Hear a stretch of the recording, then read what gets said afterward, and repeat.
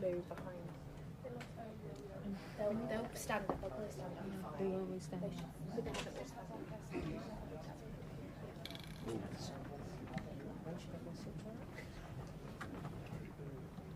So the Prime Minister will do some remarks. He'll take the questions. So he'll call their names, and they'll stand up. So I'll just. Oh, yeah, and then come. Yeah, I'll stand on the side. Yeah. Yeah. Hand off or something.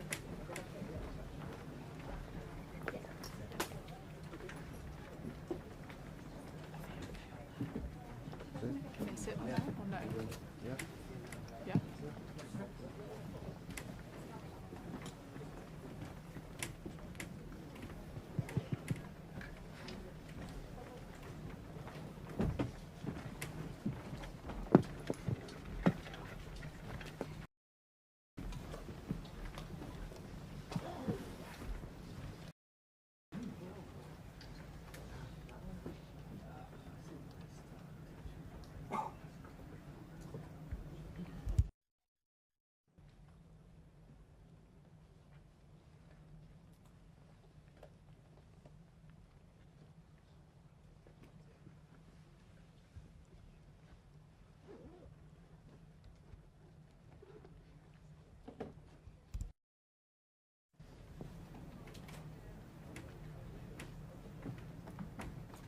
Good afternoon. It's been UK policy for decades that Iran can never be allowed to have a nuclear weapon. Over the weekend, the US removed to alleviate that threat.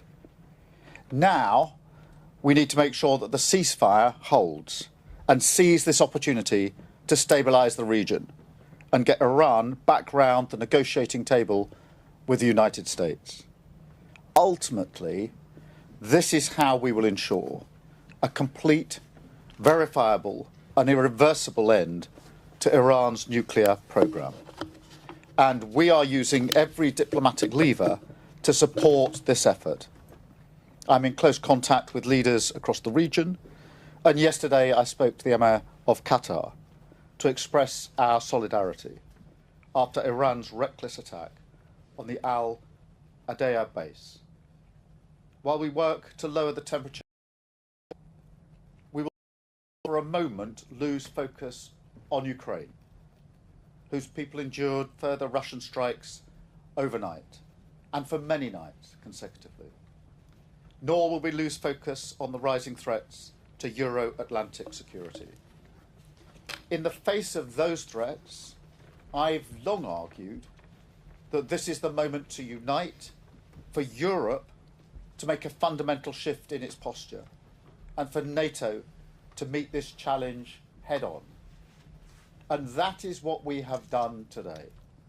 With the UK at the forefront, NATO allies have agreed a new defence investment pledge, raising defence and security spending to 5% of GDP by 2035, making NATO stronger, fairer, and more lethal than ever. This includes military spending, as well as vital investments in our security and resilience, like protecting our cyber security and our energy networks. Allies also agreed that because the threats are constantly evolving, we will review this pledge in 2029. The new national security strategy sets out our plans and priorities across these areas.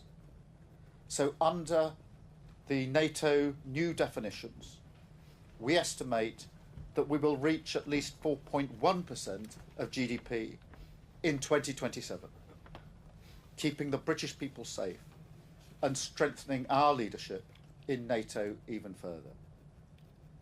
This summit has sent a decisive message to aggressors, and that must be matched by our commitment to Ukraine.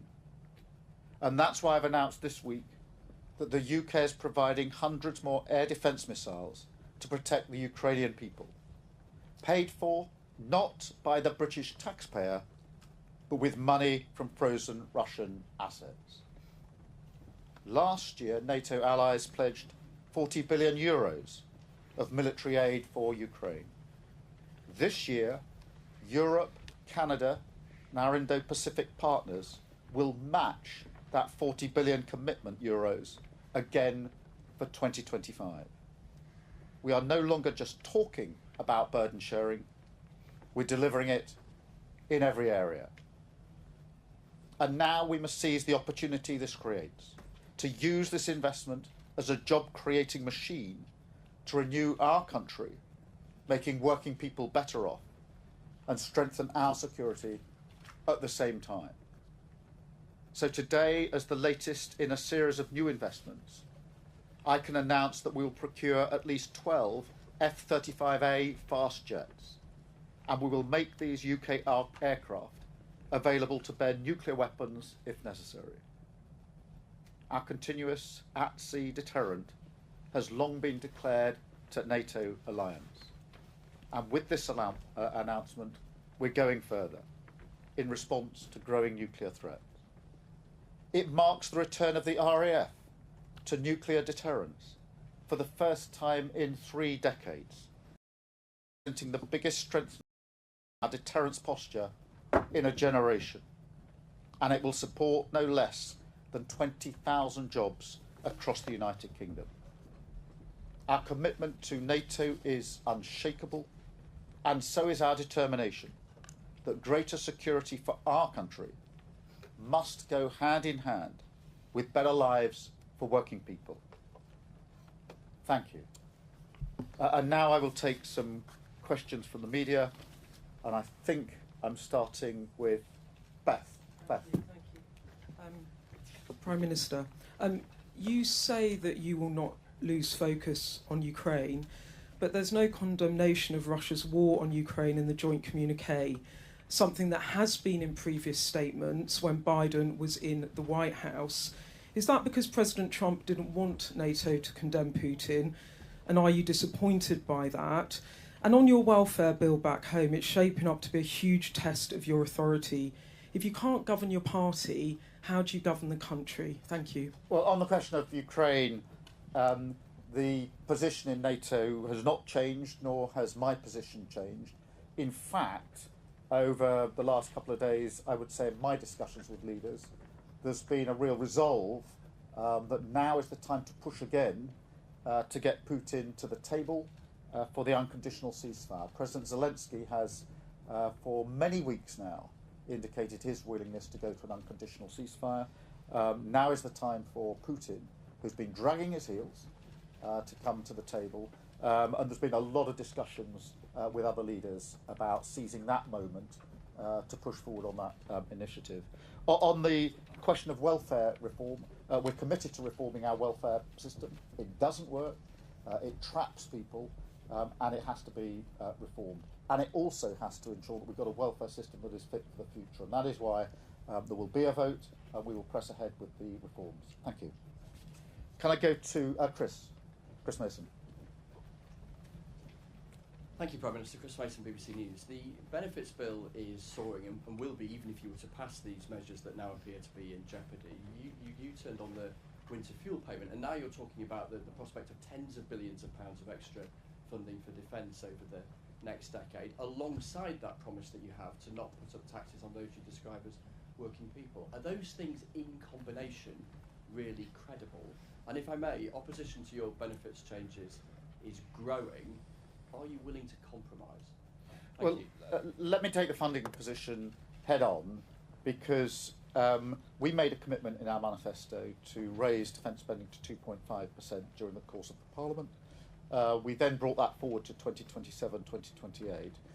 And as I did that, I announced where the spending would come from, and it comes from the Overseas Development Aid Fund, not from tax rises. And the same challenge was put to me then that we would have to tax rise, and we didn't. We made the difficult but right decision in relation to that funding.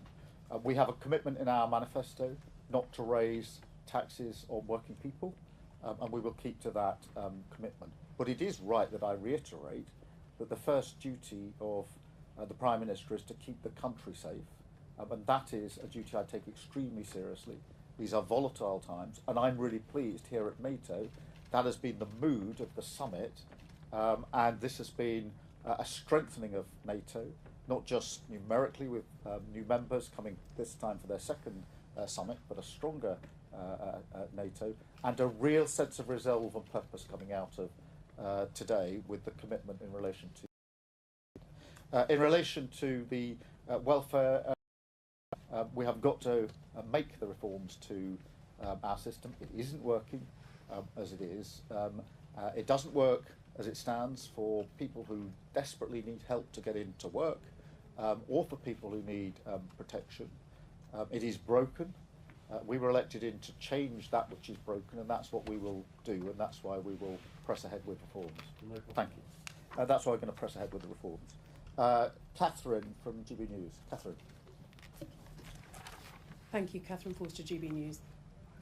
Prime Minister, you're making massive pledges on defence going forward into the mid-2030s.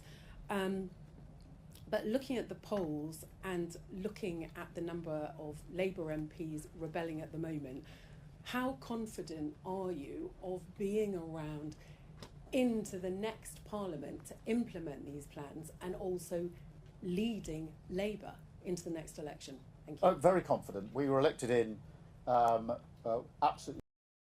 We needed 10 years of a national, a decade of national renewal was what we were elected into with a huge majority. It is really important that I lead from the front and take the long-term decisions about the future of our country, and that is why we've made these defence commitments. We are living in a more volatile world. I think everybody in the country accepts that.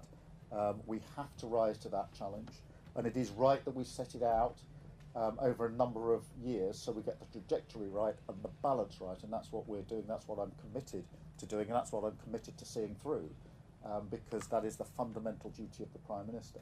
I should add that hand in hand with the increased spending on defence goes the investment in jobs in our country. Good, well-paid, secure jobs in defence, measured in the many, many thousands across the country, and when you take into account the supply chains, the small businesses that are going to be involved, then every part of the country will benefit economically from the investment that we are making. And of course, as you would expect, I've had numerous discussions with other leaders here about joint work on procurement, manufacturing and building of capability, and we have a reputation that goes before us as a partner that other countries want to work with, and that will bring even more money into our economy. So I'm very pleased that we are seen in that way by our colleagues and seem to be leading with other countries wanting to work with us. Thank you very much, Catherine. I've got Andy. Thank you very much. Andy Bell, 5 News. Prime Minister, in the last few days, President Trump has launched a unilateral attack on Iran, barely giving you any notice. On his way here to this summit, he wasn't able to give a straight answer about whether he believed in the principle of mutual defence. Is he really a reliable ally you can trust? Yes, we work very closely with the United States. We have done for many years. Our teams are constantly talking to each other, as they were throughout last week. You will have observed that after I got back from Canada at the G7, I went straight into a COBRA meeting. The purpose for that was to ensure that we were ready for whatever might happen, including a strike by the US. That was of significant importance to me because, of course, in many bases across the Middle East, we are co-located with the US, and therefore we were already taking contingency measures last Tuesday because I wanted a high level of assuredness and to be assured personally that we had in place all the necessary measures to deal with whatever the contingency may be. And we were talking to and given notice by the US their intentions all during the course of last week, and we talked to them all of the time. That is the nature of the relationship between us. That is what's endured for 80 years, and it's as strong now as it's ever been. Thank you very much. I've got David from Mail. David. Thanks, Prime Minister. On welfare, why have you so spectacularly failed to read the mood among your MPs over this issue? Is it because, as your critics suggest, you don't have the political nous and judgment required for the top job? And just another one on military matters, if I may. It's Armed Forces Week this week, but there's growing concern among veterans about your government repealing the Northern Ireland Troubles Legacy and Reconciliation Act. They fear it will spark a witch hunt against veterans who served in Northern Ireland because it'll end immunity against prosecution. If you care about our armed forces and veterans, why are you opening them up to a legal witch hunt, and will you reconsider repealing that legislation? Well, look, on welfare, there's a pretty united front in saying we need reform. And you won't find many Labour MPs who are not accepting we need reform. So we're absolutely on the page with them. The question is, how is that reform carried out? And that is why we put forward the provisions in the bill in relation to how we modernise and make fairer and efficient and sustainable our welfare system. And that is what we were elected in to do. We were elected in to change and to deal with and mend that which was broken. That was the mandate that everybody stood on at the last election. If I may say so, many people predicted before the election that we couldn't read the room. We hadn't got the politics right, and we wouldn't win an election after 2019 because we lost so badly.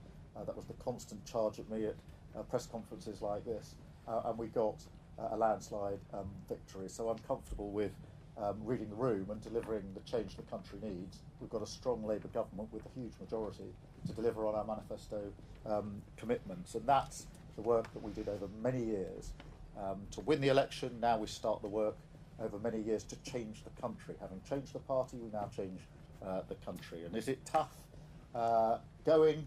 Are there plenty of people and noises off? Yes, of course. There always are, there always have been, there always will be.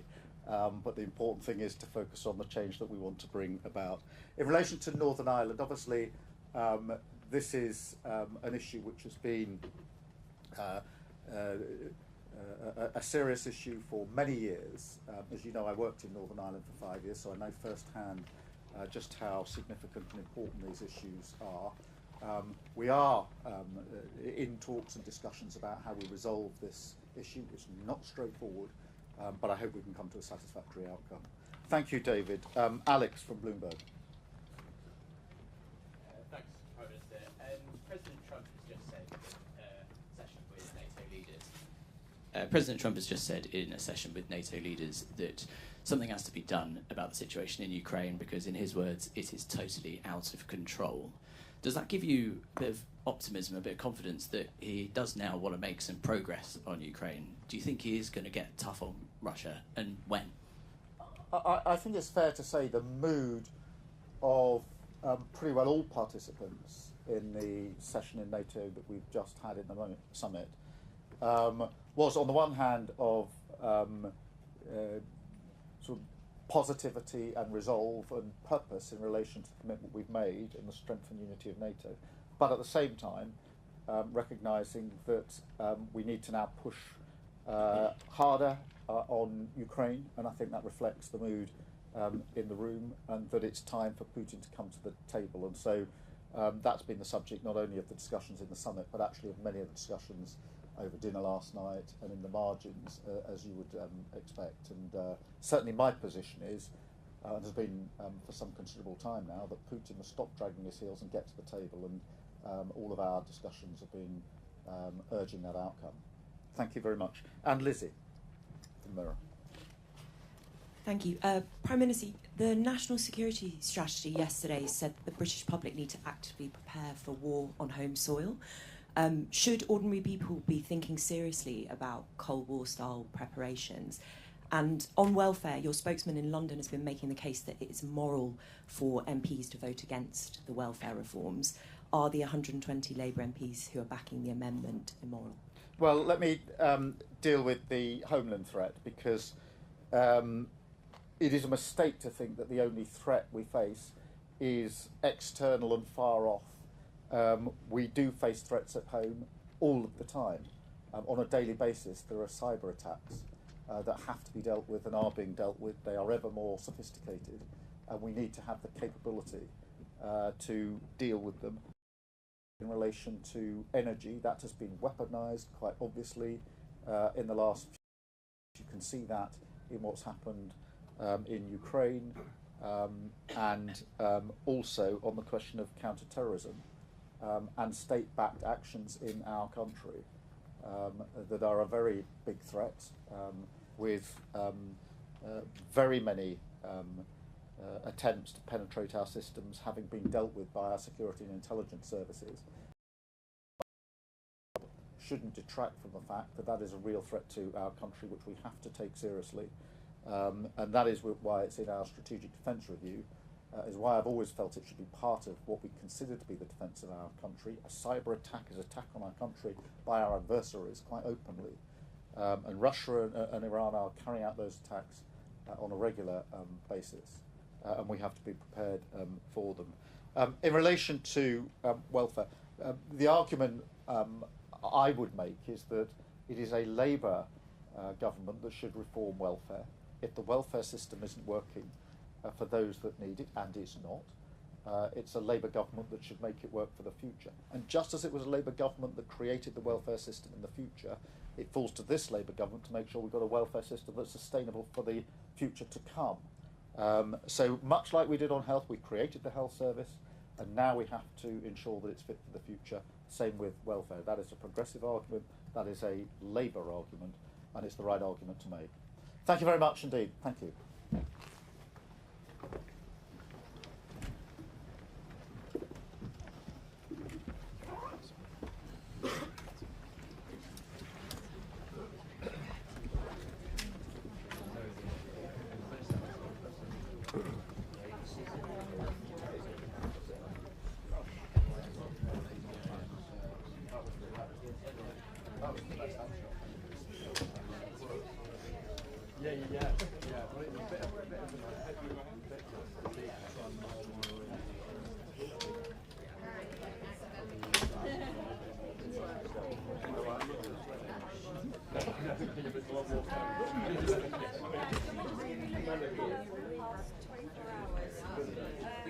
So last night,